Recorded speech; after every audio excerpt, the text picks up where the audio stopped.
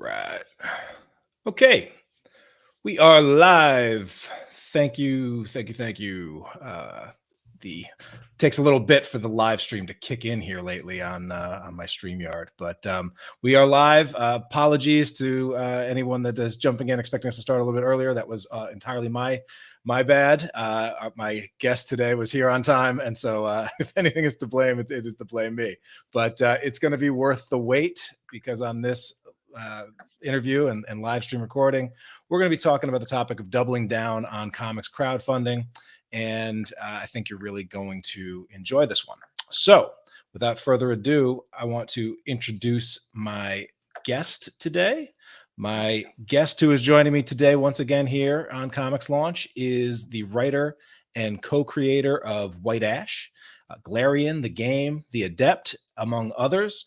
And he brings over 20 years of experience as a writer and producer and creator for film, television, animation, and music videos. He's worked for companies including Sony Picture, ITV, Universal Pictures, Revolution Studios, and Scholastic Productions. And he's also recently stepped down from a 3-year stint as co-publisher of Scout Comics to focus on his White Ash Comics imprint, which brings stories directly to fans on Kickstarter. And so I'm always excited to welcome back to Comics Launch Charlie Stickney. Charlie, how you doing, man? I'm doing well. We had rain out here in Los Angeles, which is always a rare occurrence. So it was nice to have a little bit of weather for once.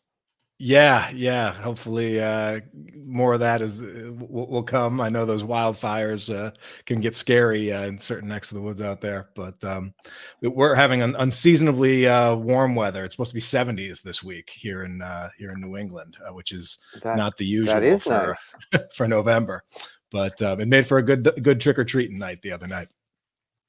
What was the temperature like? Was it like in the 60s, the 70s? Yeah, it was about 60s. Yeah, it was pretty good. That's nice. And this week will be even warmer. So that's you never know what you're going to get here, but it is one of those places where you just wait a minute because for sure. And you don't want to leave a jacket too far away from you because you might just need it. But I'm excited to chat with you again, have you back. And the big news for you is the game is back. The game is back in town here. And so, we've got a pretty juicy agenda of topics and things to dive into. But I know this book is something that a lot of your fans have been clamoring for. You funded the first issue of the game back in August of 2019. And this is you back with 2 new issues.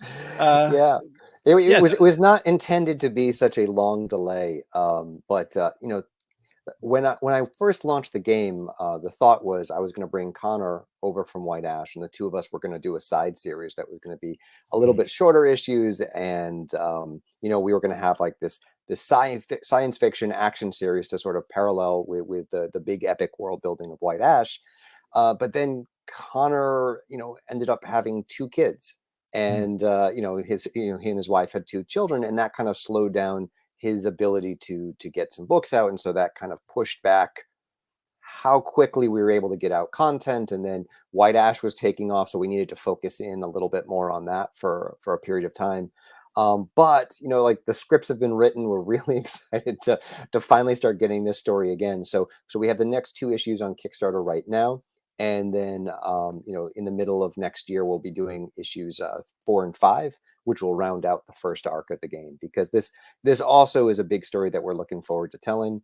The quick pitch I use on this is, imagine if Sam from Quantum Leap, the original, not the reboot, jumped into the body of the Highlander and was trying to figure out who he was, what was going on, and why everyone thought he was this immortal being.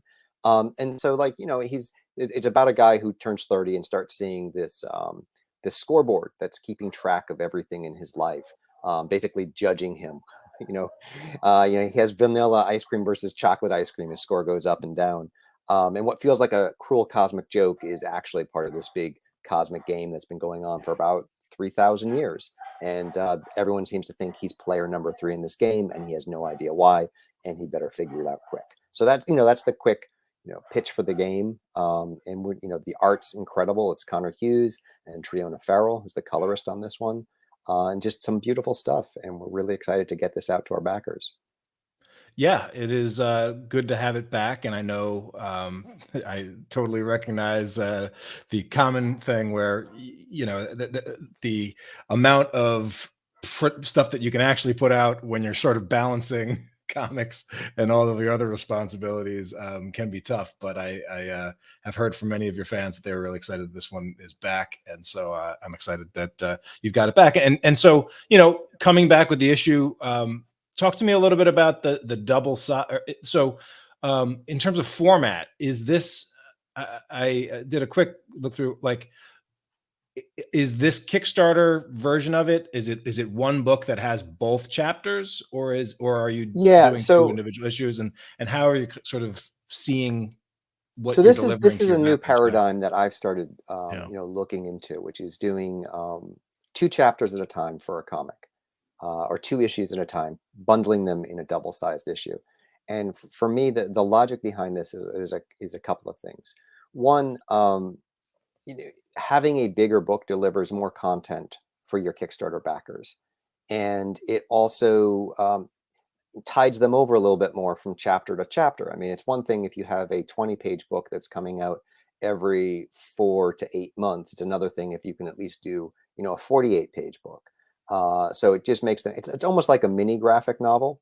Mm. But by keeping it in the single issue format, it lets you have covers, multiple covers for variant collectors. And so you're able to hit the collector's market that you would have with a single issue, but start having more content akin to a trade. But you're also not going, full trade, which is like 60 to 120, 160 pages, which is more of a financial commitment that you need to hit. So it's like splitting the difference between a single issue and a trade. And then the final thing that it does, it preserves those single issues. If you go to the direct market later on, then that format, like issues 2 and 3 have never been released as single issues. So the first time they could be released is later on down the road as single issues in a direct market format, which then preserves something a little unique for the comic shop. So if they're putting out your books and stocking it, it gives them reason, and it also gives your backers reason to maybe pick up the comic shop issue. So like that's my thinking on it. Yeah. And it's also because if I'm looking to do more launches, if I'm looking to do more series, there's only so many months in the year that you can do launches, right? And if you're some people are trying to do 8 to 10. We can get into that later. But like for me, I feel like where my bandwidth maxes out is somewhere between 4 and 6 launches a year. I think I could handle that, 6 on the high end. But if I want to have the story move along more than 1 or 2 issues a year, especially if I'm trying to balance the game, White Ash, and Glarien, like there's 3 different series. I've also got How I Slept My Way Through College and Other Tales from Freshman Year. So there's 4. I have another, White Ash spinoff I'm looking to launch. So all of a sudden those slots start getting filled up. And if you want to be getting the story out, maybe you need to sort of look into doing longer books. And so that's kind of like me splitting the difference, being able to put out more of the story in a single chunk, not have it be too cost prohibitive, and still be able to hit the collector's market. Yeah, it's an interesting thing that I'm seeing, probably more and more creators sort of experiment with. It's like when you have that fan base and you have that existing thing, um, maybe yes, like if you did break it up into 2 separate launches for each, that would generate, a little bit of extra funding perhaps. But the downside is those are 20 to 30 days that you can't be on Kickstarter for something else, right?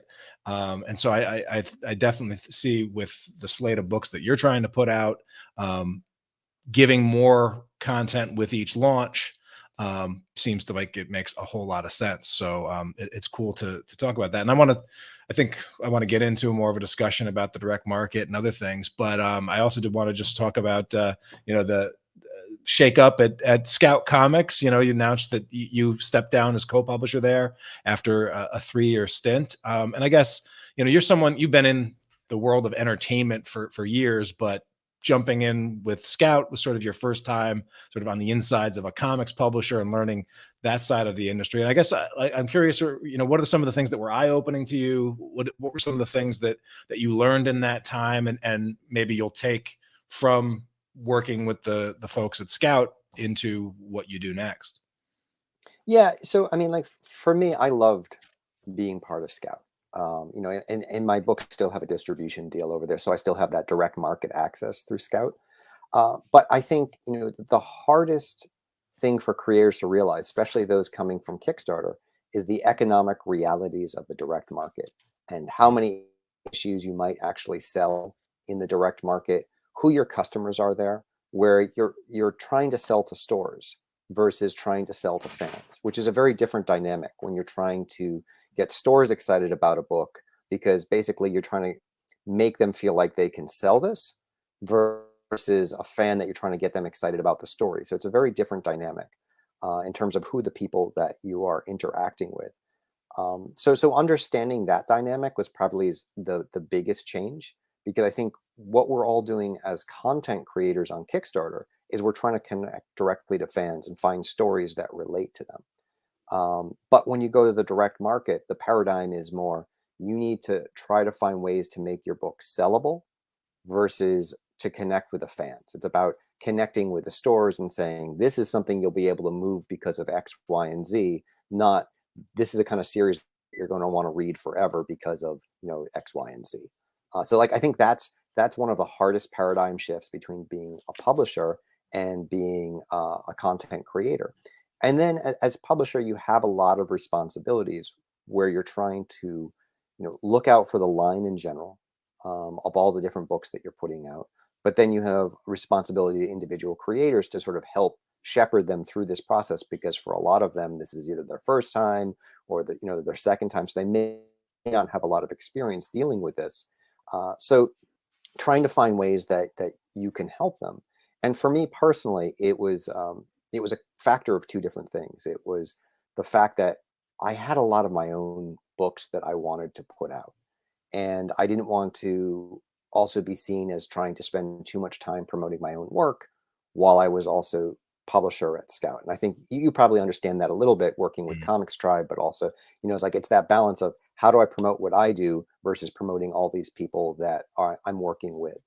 And then also for me, wondering what kind of impact I was actually having to help these creators, because that was one of the reasons why I went from creator to publisher at Scout. Was I wanted to see what I could do to help other creators navigate this crazy world of independent comics, where I've had some luck building a fan base, and I've been given a lot of opportunities. So just trying to lift other people up along with me. And it's harder to do in the direct market than it is in Kickstarter, because Mhm. the direct market is built around a financial structure that doesn't revolve around independent books. So, in the direct market, there's a lot of, let's see if we can find a space for you, Mhm. versus this is your space.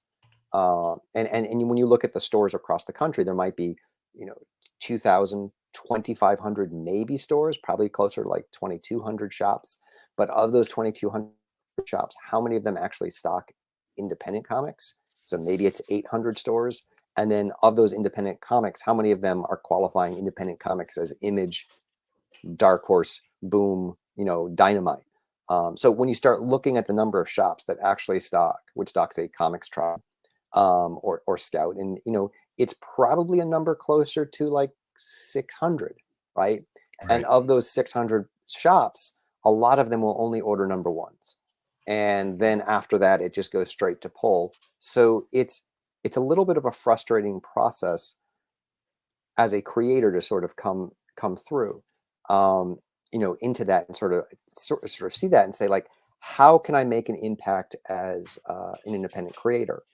Versus on Kickstarter, where you can build a following for your independent book and keep growing that. So it's just a very different space, and understanding that those dynamics work incredibly differently in each market. So that was a paradigm shift for me. And then I was trying to find that balance between what I was doing, which was expanding, and also finding ways to help. And ultimately, the conversation led to me saying, you know what? I can probably be more helpful to other creators on Kickstarter, which will also in turn make it easier for me to do the kind of things that I want to do. Yeah. Yeah. I think, you bring up a lot of really good points and experiences that are having. And it is tough, like the publisher role, where you sort of now have the other creators sort of dreams in hands. It can be kind of a tough thing, especially when it feels like the direct market is such a harder a harder like rock to push up a hill. And the nice thing about Kickstarter is that like there's so much transparency there, in terms of you take an action, you get a result. You take more actions, you can see where your sales are coming from. You can see who your backers are, who your best backers are. You can see all that stuff.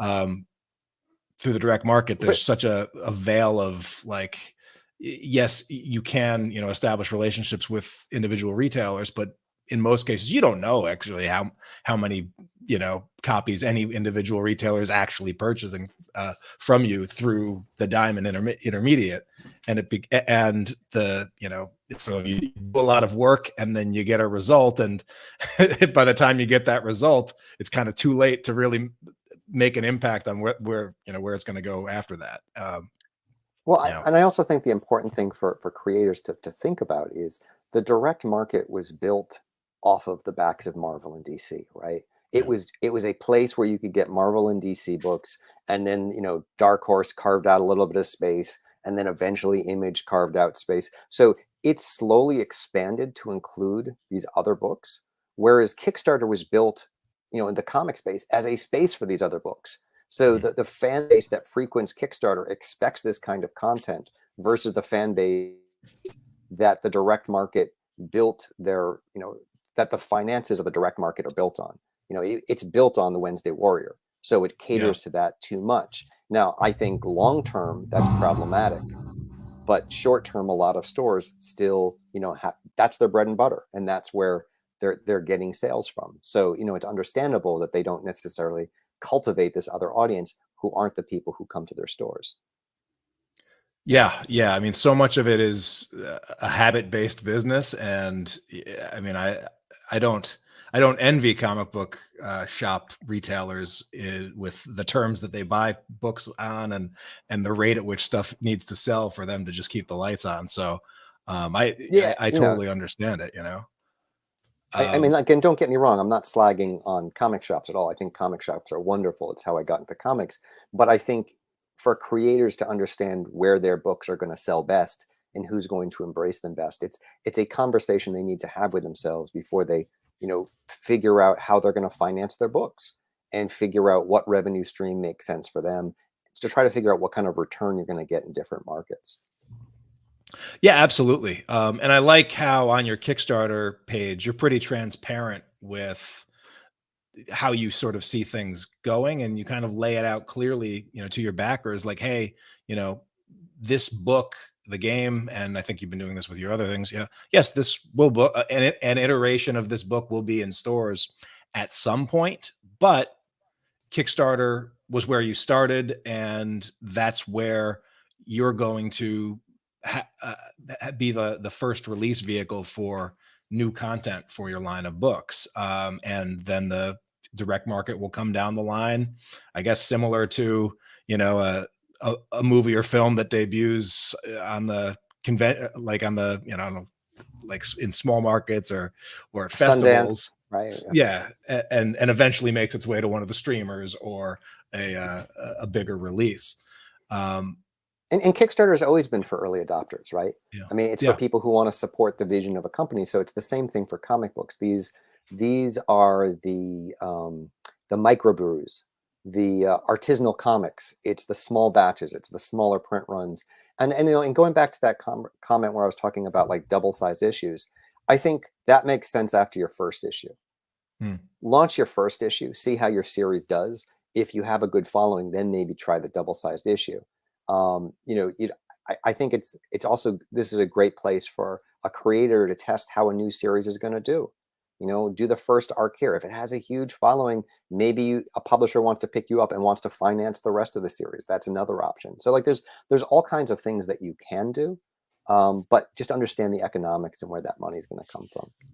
Yeah, absolutely. And I mean, at the end of the day, I think like many of us, especially in this space, you start it because you want to get a creative vision out there, but the reality is like keeping these projects afloat and going require funding to a certain extent. And if, as someone that has had now direct market experience, but has Kickstarter experience, you're sort of coming around to like the best place to ensure the long-term viability of this right now is focusing on that crowdfunding space as the sort of first plank in the business model. And I think it's very true. And there are some past series that I look at, and I've been crowdfunding since 2012, which seems like a lifetime ago now.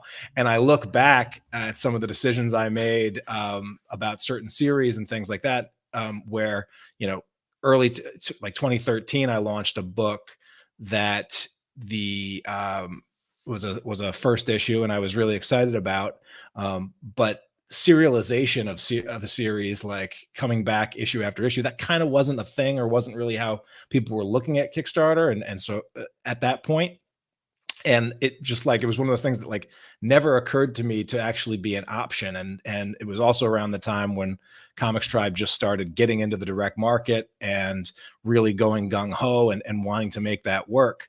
But that was a thing where like we had a successful Kickstarter launch, then we got the issue in as a free comic book day issue, where we were going to get 33,000 copies, distributed for free on free comic book day the month before issue number 1 would be out. And I'm like, oh, this is going to work. This thing is going to really take off.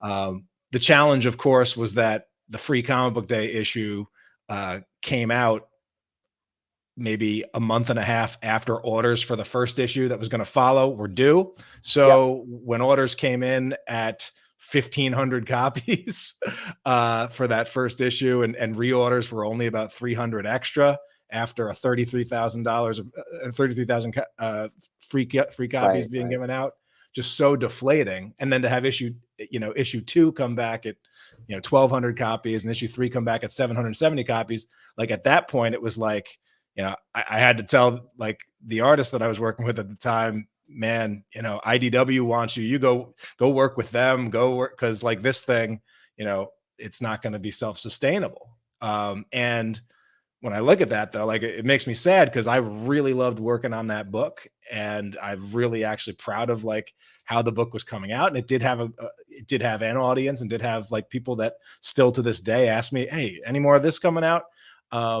But it was like I was putting all of my chips on making basically a single product that I could sell for $1.60 to the distributor. And it was like, and when something like that doesn't work out, like you can, question yourself, question your skills, question the team, question the pitch, question everything. When in reality, it's like, well, that was a doomed model that was never going to work. And I just love the fact that here we are 10 years later, and there are plenty of creators that don't need to have like massive world building sales on something, but you've got hundreds of people, a few hundred people to 1,000 people that want your book to exist. They're going to keep coming back, and you can keep doing it as long as you and your team want to. And I just think that's such a better place to be. Well, and talking about those numbers, which I think are realistic numbers, that people need to understand, creators need to understand, that going out in the direct market, you might only sell, a big success for an independent comic from a small publisher might be 5,000 copies for that first issue. Yeah. And then you might drop down to 2,000. Then you might drop down to 1,500 by issue 4. If you're over 1,000, I mean, it's pretty amazing. Whereas, my last campaign for Glarien, we had almost 1,800 backers, and that was for Glarien number 2. And if that continues to go up, which it usually trends, I will probably be doing 500 more, units moved of Glarien than I would do in the direct market for number 3, maybe more like 1,000 more. So it's interesting to sort of see like the different dynamics at play there. And I think unless you have a huge name in comics, and it's very hard to just because like stores order based on publisher, creator, and cover. Like those are the three things, maybe the log line for a book. And so if you are not a creator with a name in the direct market where they feel confident in you, they are just going to order based on your cover and who the publisher is and what the range is they order for that publisher. And so if you're coming to, whatever, I'd say, rather than a page rate publisher, let's say a profit split publisher, if you're coming to a profit split publisher and expecting those split profits to cover your production costs of the series, it's going to be very hard for that to happen. It's very rare that a book that's from an indie comic unknown creator is going to hit high enough to cover the production cost for a series. If you're lucky, you might cover the production costs for an issue. So like those, maybe long term it'll come back, but those are things that you need to think about, which is why I think the model of having multiple revenue streams where you can offset, a portion or all of that production cost, say through Kickstarter, and then go to the direct market where you're not as worried, which is, what you've been doing with some of your books as well through Comics Tribe, which I think, is the model that most independent creators should be pursuing, if they don't want to go broke.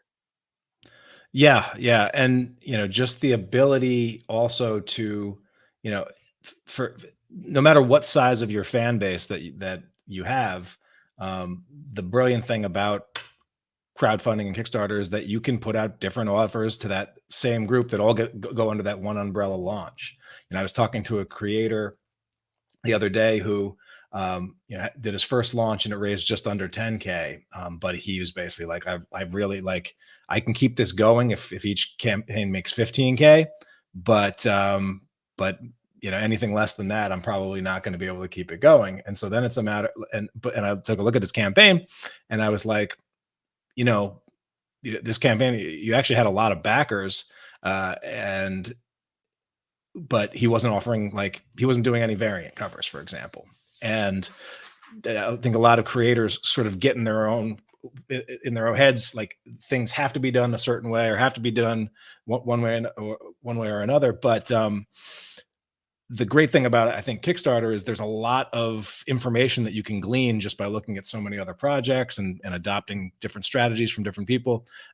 And sometimes things like, adding a few extra covers or trying a few extra cross promotion moves, like could be the thing that could move the needle. And you can do that without having to like suddenly double your audience or triple your audience and things like that. And I think you're also seeing like the nice thing about, on Kickstarter versus other platforms like the direct market is, on average, as the series goes on, the campaigns tend to go up. And so, the game 1 through 3 launch is, you'll probably double or triple your first launch for the game, which is the exact opposite of the direct market. So there's a lot of opportunities there. And I think you hit on something really important, that creators should be looking at other creators and seeing what they're doing on Kickstarter, because what works in terms of marketing, what works in terms of sales changes over time, right? And when you came to Kickstarter in 2012, it was a very different space than it is now. Like no one was doing serializing comics. Now that's, I would say, most of the series, the people are either doing graphic novels or they're serializing something. There's not many one-shots that are coming out. It's the space that people are going now to create independent comics. And I'm constantly looking to see who's doing what kind of strategies are working. I was not a huge variant cover person originally, but I said to myself, I need to get my price per pledge up. I'm not going to be able to do what Joe Jusko just did with, launching his campaign where he was over 300K with 300 backers, right? Because he was selling these paintings for $2,500 a piece to go with it. But I mean, but there's definitely something where you can sort of figure out what worked for you. For this campaign, I have 4 variant covers, or I have 3 variants in the main cover. So that way, at least I have a bundle.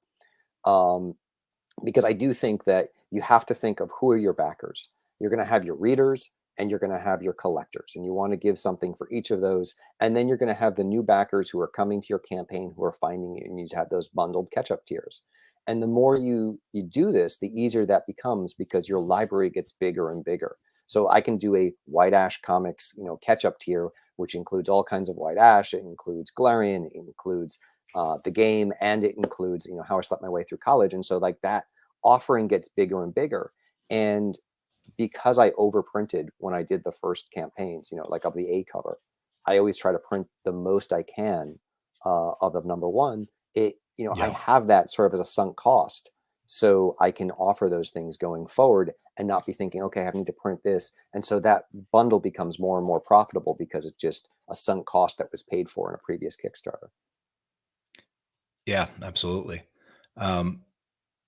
So I want to talk a little bit about the challenge that is kind of specific to the creator/creator publisher, self-publisher out there that has a line of books like you have. And so that first challenge is like this question of how many launches is too many launches. And am I right that this year you're sort of you pushed the envelope in terms of the most amount of launches that you've done so far? I'm looking to do that next year, so it's something I'm planning Okay. for. I've done, I think the most I ever did. I'm trying to think whether I've done 3 or 4 in a year before. I know this is the third that I've done this year, but I think it's something that I see, more and more happening on Kickstarter. Is that there are independent creators trying to make this their business model, right? And I think that's a great idea. I think finding a home on Kickstarter, branding yourself there is great. But at what point are you oversaturating your audience? I think you and I had to talk about this a long time ago, where I was having this conversation with you, but like, how many launches are too many? And you said to me, like, there's always new backers coming to Kickstarter. And I think you're right. That is true. There's always a new influx of people who can find you. But the flip side is, if you haven't delivered, your last campaign, and you're trading on the equity of, your previous Kickstarters, at some point it's harder and harder for new creators to sort of pull that off.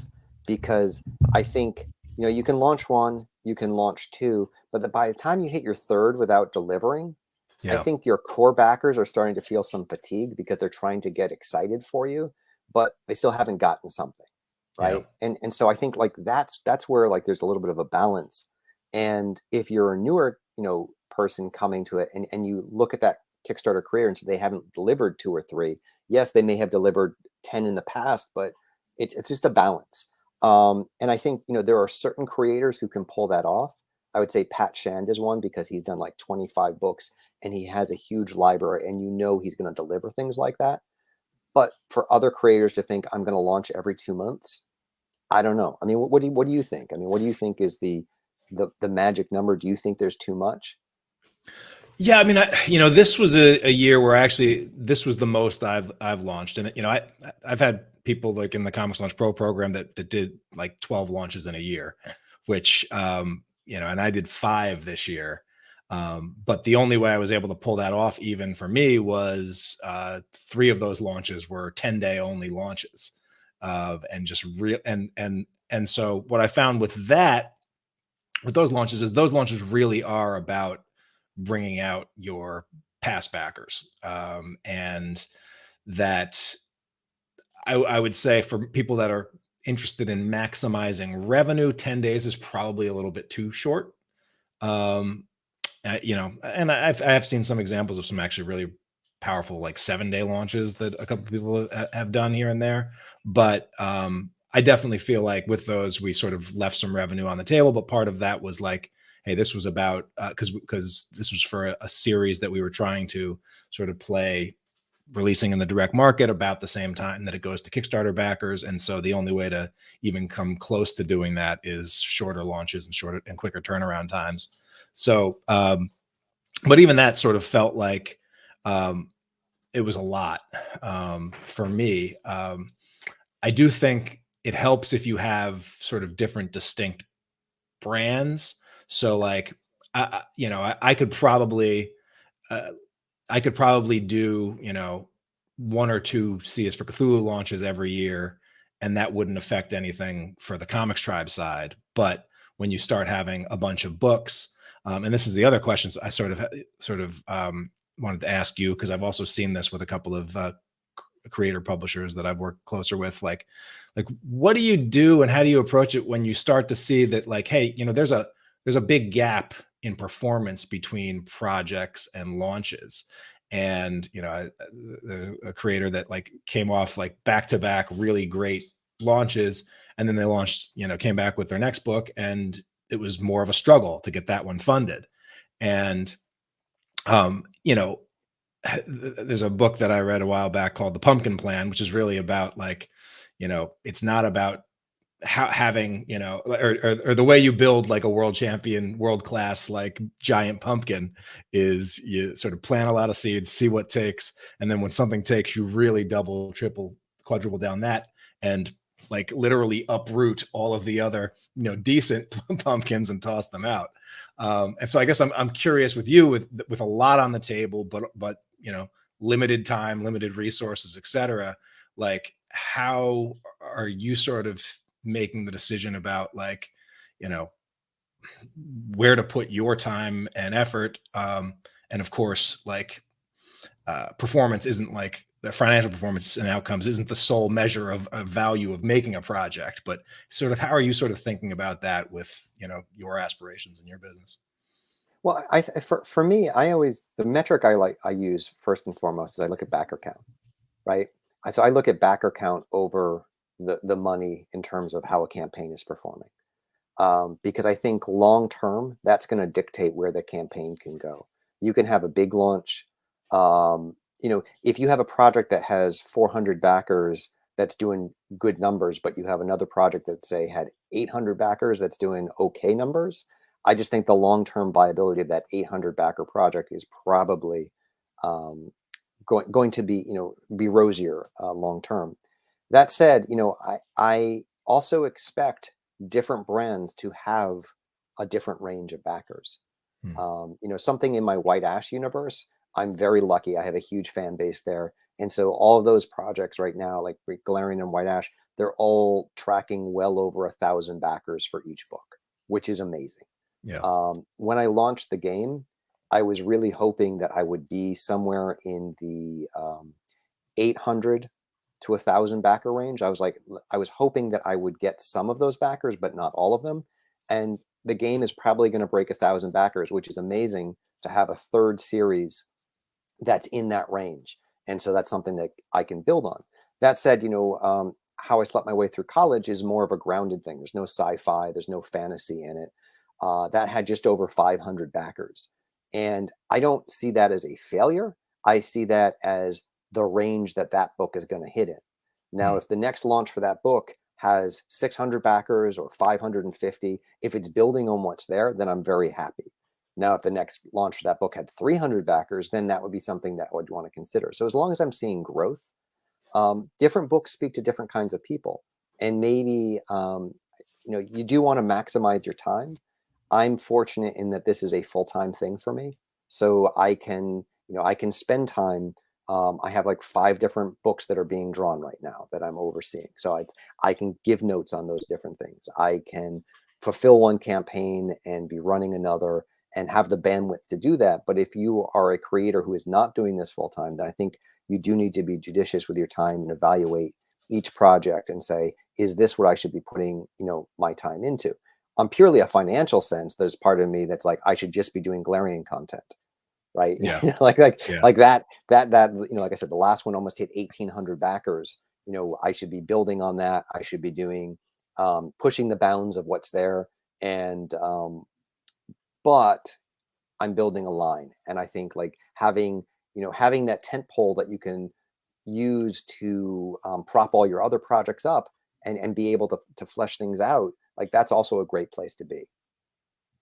Yeah, I totally agree. And I thought it was, you did a kind of a savvy move to encourage your Glarien / White Ash verse fandom to jump into the game. Can you share a little bit about that strategy and the thinking there?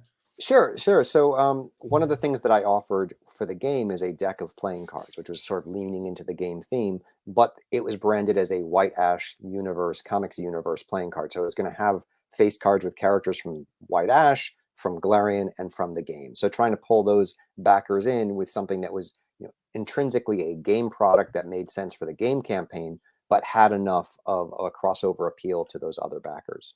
And these are actually trading cards that Connor's been doing over the years that we always intended to do something with, maybe turn it into a deck at some point. And so now it just seemed like the right time.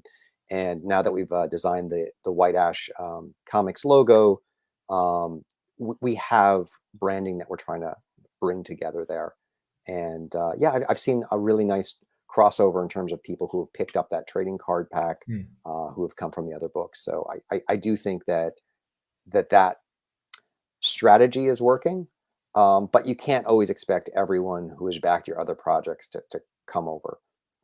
You'll have a certain amount of core of loyal fans who are your core base, but some people like science fiction, some people like fantasy, some people like more grounded drama, and I don't expect them to like everything I do. So if they like something I do and they're passionate about it and it speaks to them, then I, as a creator, I'm happy. Yeah. Question came in from Facebook. It looks like Chris Williams said, "Do you think crowdfunding a miniseries in lieu of having a publisher that ultimately takes on the book is a bad model?" There might be a couple of words missing from as Chris got his question out here, but it sounds to me like, and you can maybe speak to this as having worked with Scout, but from what I understand, Scout is an example of a publisher that was perfectly fine with creators crowdfunding to get their books made, created, funded, released, what your Kickstarter versions, and then they're looking for distribution deals for the direct market and the direct market Scout version. Like, is that sort of how you sort of see this? Yeah, I mean, like to answer Chris's question, I don't think that that you do crowdfunding in lieu of having a publisher. I think you do crowdfunding and it gives you options, and you can also have a publisher. And it's just a different revenue source. If I had to sort of say to a new creator which they should do, I think it's important to understand the deals and understand what kind of return you're expecting. I would say it depends on what you personally need. If you are the artist of the book and the writer, then you might not be, it's only sweat equity for you to create that book. You're not having to pay anyone. So that gives you more options. And then what are you looking to get out of it? Is it more exposure? Is it more is more of a financial incentive that you're looking for, a payout? Because if you're looking for the exposure, that's going to be the direct market. You're going to get it out to a broader number of people. If you're an independent creator, crowdfunding might be the place. And, for a lot of us, it's the place where we can generate more revenue. So I don't think that doing crowdfunding says that you can't, end up with a publisher, but I don't think it's necessarily a bad model. I think, and this is another conversation to be had. I think currently there are maybe too many books in the direct market from the independent space, and it's really hard for the stores to sort of figure out what of these indie books is it going to hit, what's good, and like maybe there's some of the content that's being diluted by having too many books there. And I think there are some books that might actually do better on Kickstarter, and maybe that's a better home for them than, say, the direct market. And I think a lot of creators are in a rush to get a publisher because that's the mindset they've always had. That's validation, having made it. But I just think you should rethink that mindset. Your validation should be people buying your book. It should be that you have a fan base, that you can sustain your creation because there's enough revenue coming in to pay you or to pay your artists. And so, like, think about what your model is and what success means to you, and figure out the path that makes the most sense to try to go get to that end goal. Yeah, I think that's great advice there. And there's definitely nothing wrong. And I didn't want to be too harsh on the direct market or anything. That they're creators that I've worked with and published their stuff, but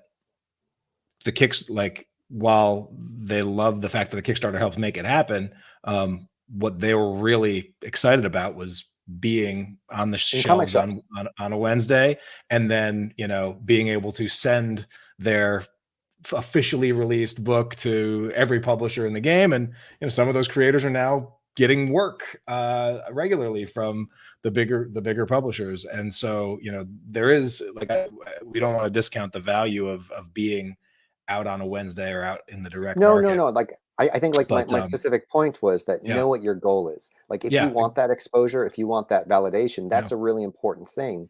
But if your end goal is making enough money, then you sort of need to reassess where those channels are and maybe find a way to do both. So like there's different things for different people, but know what your goals are and what you're going to get out of each place that you yeah. go. Yeah, absolutely. And starting with that goal in mind is definitely key. And I've never been someone where, like, in lieu of, or it's got to be this or it's got to be that. Like, I'd actually say, like, even if your goal is to draw Batman, there is no reason you shouldn't be putting out a sketchbook a year on Kickstarter and having that direct connection to an audience, to a customer base, to a fan base that is yours. Because we know how fickle the world of publishing can be, and people that are on top today might not have those same connections tomorrow. And so, as you said, multiple income streams, very, very powerful. And I think right now, still, Kickstarter, more than a decade into it being a thing, is still one of the best platforms to get in and maximize whatever audience and skill set that you have. And build your brand. And I think for all the creators, they need to find the best way to build a brand, and they can promote themselves on Kickstarter in a way that they won't necessarily be able to do in the direct market. Sometimes their book will be promoted in the direct market over the creators, and that depends on the publisher. And some publishers are wonderful at promoting the creators alongside the book, and some really don't care. Just depends on who you're working with. Yeah. One of the other topics that we were chatting with before we jumped on here, just chatting about, was sort of the evolution of creator cross promotion on Kickstarter. I've noticed that for this campaign, you're doing sort of you're offering up one of the sort of most valuable or best incentives for a campaign crossover, but it's also a little bit more involved. Can you talk a little bit about your approach to this, what you're thinking, and what you're doing related to Kickstarter cross promotion here? Sure. So this was actually Lori Foster's idea. She runs a company called An Unlikely Heroes Studio, and she thought, especially like in honor of Breast Cancer Awareness Month, to do a Kickstarter crossover that promoted badass women of Kickstarter. Like there was a theme for it, which was kind of really nice. And so she reached out to a couple of campaigns that had good female leads, and she said, let's do a metal print that we would give out to backers. So not just like a print, a real nice crossover print. And she had that commissioned, and it features all of the different characters from the different campaigns. So she has Miss Medusa's Menagerie, which I think is running for another 2 days. Reina the Bastard Queen from Skeletal Press is running for another week or two. In Symmetry Creations has theirs running for another week or two. Like there's links from my campaign where you can go to all of those projects. So I think finding fun ways to do crossovers at this point, you have to make things stand out, right? And anything that you can do to make your promotion, your cross promotion, a little different than the things that have come before, I think will make people more likely to buy into it. I mean, and there have been prints before. And so I think it's nice that this is high end. It's a metal print. It's a beautiful illustration by Vaughn Randall that captures it. So I think you want to also cross promote with other creators who have big audiences that can help amplify what you're doing. I love that there's a theme for this one. I again, and this comes back to our bandwidth issue. I have a cross promotion I'm looking to potentially launch. The first time I did the game, I actually had a puzzle hunt that ran through other campaigns, and that was it was a fun way for my backers to try to trace down to win a prize, right? And so it gave people a more active way to cross promote than here's a print or here's a PDF.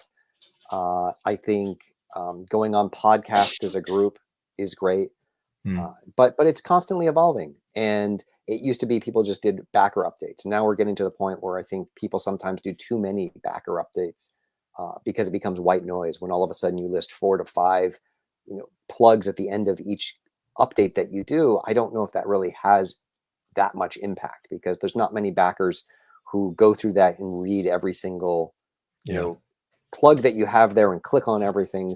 I always say, if you're going to do that, do it, but do 1 or 2. Don't do more than that. Try to make it something organic to the update you've done, and really make it a plug that will send people someplace, so it has some kind of impact. But the whole thing is, Kickstarter is constantly evolving, and I think we're going to find new ways going forward to do cross promotions. And that's the person who unlocks that next will benefit from it. I mean, like the first time that someone did a crossover print, I remember it was a big deal. And now you just have to keep upping the game. This is a metal crossover print that with a theme, and and so you just need to find ways, and you need to find reliable creators. You don't want to just do this with a creator who's going to flake out and not contribute their part of it. So yeah, I mean, I think you just need to keep pushing the bounds. And so I guess one of the questions that I'll have for you, because I think there are people that on the other side. So, of these groups, and I haven't clicked on the latest update of all of these campaigns, but I'd imagine in terms of total backer count, you're probably the biggest dog in here. Yes. In terms of experience and total backer count and customer base. So, I've had creators be like, how can I get someone with a bigger audience than mine to cross promote with me?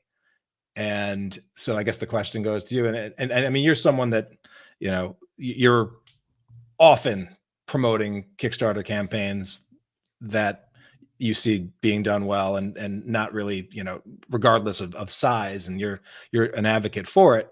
But at the same time, you don't have the bandwidth to go heavy and give up real estate on your Kickstarter page for every campaign, right? And so I guess, how would you approach it from the backer that might have the smaller audience to get someone like you or someone with a bigger audience that was aligned with theirs to give them the time of day? So I actually have a lot of people who reach out to me, and they're all very polite, and I often just tell them, I only have so much real estate, as you said. Sometimes I have things scheduled before I go live, even to launch a campaign where I've got some cross promotions in the works with some other campaigns, and so I don't always know, I try to be kind when I say I can't do this with you. And but with Lori, she was a creator that I was interested in working with, because I was really impressed by a lot of the things that she was doing. So when she put out an open call, I said, you know what, I find her interesting. I'd like to, even though maybe my audience is bigger than hers, I'd like to be associated with her brand. So I think building a unique professional brand that people like is a way, so that the more professional that you come across, the more interesting that your project is, even if it's not a 500 or 700 or 1,000 backer project. If it looks really professional and interesting and tight, someone like myself who has a larger fan base might be interested, because they might value the kind of backers you're pulling in more than other backers, and that's in its most Machiavellian kind of way of describing it, is like, even though it's only 300, those are more valuable 300 backers than this other campaign had, because I can see that the kind of people that this creator is attracting are the kind of backers I would like to incorporate into what I'm doing. But I think in general, just, you can always reach out, and hopefully people will be polite, and they'll either say yes or they'll say no. But the thing I wouldn't do is like just go in and with someone like that and say, hey, do you want to do, what do you want to back my campaign? Doing, do a campaign backing swap. And I'm like it's one thing to ask about a cross promotion. It's another thing to ask, someone who has a sizable campaign to give you money for your campaign. Yeah. Which I get occasionally too. And I'm like, no. Yeah. It's almost like you would have been better off just, with a really well-written email than, hey, I'll give you $1 if you give me $1. It's like, you keep your $1. Yeah. Good points. And in terms of the cross promotion, I have, obviously, with the Seas for Cthulhu brand, we've got, thousands and thousands of past backers, and a big email list. And so, in a lot of cases, if there's a project that would be a good fit for my audience, I'm fine with sharing it. But I've also found that, like, if they're willing to provide a little extra something for our audience and maybe give my audience like an extra incentive and like a little like secret phrase, or leave a comment and include the hashtag Seas for Cthulhu on the comment so that they can track you, and that will unlock something extra for our audience.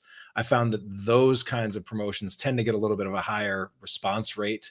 And the better, the better the deal is, or whatever, the more likely it is that, it's going to compel backers to action. And so I guess that's another thing where, and I've had, creators with maybe smaller audience, but be willing to, like, hey, we'll put together this art print, or we'll make a sticker, very light lifting on your part, so that all you have to do is sort of direct them. And then that also lets me, like, have it be a win that I'm providing for my audience above and beyond just sharing that project. Well, so and I think you also put your finger on something that's really important there, which was the active engagement. You gave people a thing to go do, right? By adding the hashtag. And I think one of the things that every Kickstarter creator can think a little bit more about is how to make their campaign more of an event, more of an interactive period. It's not just selling the book. You're providing entertainment. You're providing some kind of content that the creators can engage in, because the more they engage in you and your brand, the more they're willing to promote it, the more they're willing to add more money when those new products come out. I think if you look at the Lady Death campaigns, that is not just a, hey, I've dropped the campaign. It is a 30-day sales window where he's constantly putting out new products and new auctions and new limited things. And everyone who is there is engaged and excited to keep dumping money into like this gigantic money pit. And, good for him that he's figured out and unlocked that. But I think the key to that is its content. And it's something that people are expecting more of. And that goes back to being able to really allocate the time. And how many of those campaigns can you do a year where you're that committed to promotion the entire time? Yeah. And I guess the other piece to that is part of that puzzle is, and as any publisher knows, is that it may require a team. I look at the team that is behind some of those Brian Pulido launches, and it's like, that's a significant group that is contributing to that. And so I guess that's something that I've continued to work on, and I know that that'll probably be part of your evolution as you continue to double down on your crowdfunding efforts and put more out there. Is how can you build the infrastructure so that you can do this while also doing all of the other, by keeping the creative going. And because that is something that I know that tends to struggle if creators aren't willing to sort of scale up their support staff. Right. At some point, you have to start paying for help, because your time is more important to be dedicated to the writing, the promotion, the creation, versus the actual fulfillment. So have lots of children, have that child labor that can take care of that for you for a chocolate bar, and you'll be fine. Yeah. And start teaching them how to write a really good promotional emails. And before you know it, they'll be taking over your spinoff series. I actually just did a career day at my kid's school. And afterwards, I had a bunch of their friends coming over and being like, hey, I'm really interested in doing comics too. This is great. Here's my work. And I'm like, would you be interested in doing bags and boards? Yeah, it's our version of the mailroom, right? That's right. Well, Charlie, we've been rocking for an hour. I appreciate your time, man. I don't want to take too much more because you're in the middle of it, but I know we could. I haven't had a chance to go and listen through it all, but I know that you jumped on and did a Twitter space with Oriana and Yeah. Pat. Yeah. And so I want to plug that because I know people can go and listen to that. Any hot takeaways or just key insights from that longer discussion that you had recently that you want to chat, and then I'll find the link and I'll make sure I link up to that. I think that people are accessible.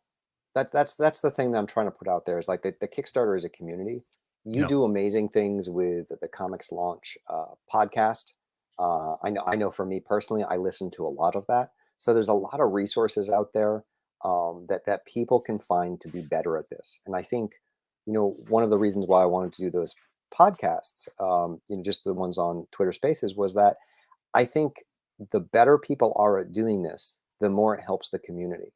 And then that in turn obviously helps me, because the more better projects that are on Kickstarter, the more people see it as a viable platform for selling comics, which helps me. So, I'm giving back, but I'm also helping myself. I mean, I think that's what we're all doing. We want the community to be strong, which will help us, but also will create great comics on the platform. And so there was a lot of talk about community. Oriana is an amazing resource. She's great to reach out to. I've actually done 2. I did one before it, and I was like, people are asking about learning, and I plugged you. I said, like, I plugged your podcast because I do think it's a wonderful place for people to sort of figure out what to do. You can go from 0 to 100 listening through. How many episodes do you have now? I mean, I've been weekly since the middle of 2015. So we're closing in on 400. And it was funny. I just got an email today. Hey, Tyler, I'm catching up on the podcast. I'm on episode 100. Is this printer still a good recommendation, or do you have a better thing? And I'm like, oh man. And he's mentioned some things that I'm like, are you sure I said that? Did I like, it's been a while, but yeah, so people still get to go through the archives. It's still, it's all there. And I love that people are taking this seriously. And it was sort of, I mean, what you're talking about, like, rising tide lifting all boats things, like that was really the spirit that my podcast was launched with. And here we are 7 years later, and comics on Kickstarter are in a very different space, right? Like when I launched my first comic, I think like well more than most of the projects that I saw launch kind of failed. And now we're in a space where like most of the vast majority of projects that launch on Kickstarter are succeeding, and in some cases succeeding phenomenally well. So it's the highest category for chance to succeed on Kickstarter. Absolutely. Comics. So yeah. And so it's a testament to the people in the community and the community's, I think, support for one another and willingness to just continue to share what's working and keep innovating. So appreciate you being on the forefront of that, my friend. And I wish you the best of luck with this launch and an ambitious 2023 schedule for the White Ash Comics universe. We're looking to get a lot out. I got like a Glarien trade. I've got another issue of Glarien, more White Ash, more of the game, more How I Slept My Way Through College. And if we can fit it in, we're going to do a White Ash spinoff too. So, all right. Well, Charlie Stickney fans and fans of the White Ash universe, you are in luck because a lot of good stuff is coming. All right. Well, thank you so much for being here, Charlie. Oh, thank you. Yeah. And thank you everyone for listening to this episode. And we can't wait to see what you launch next.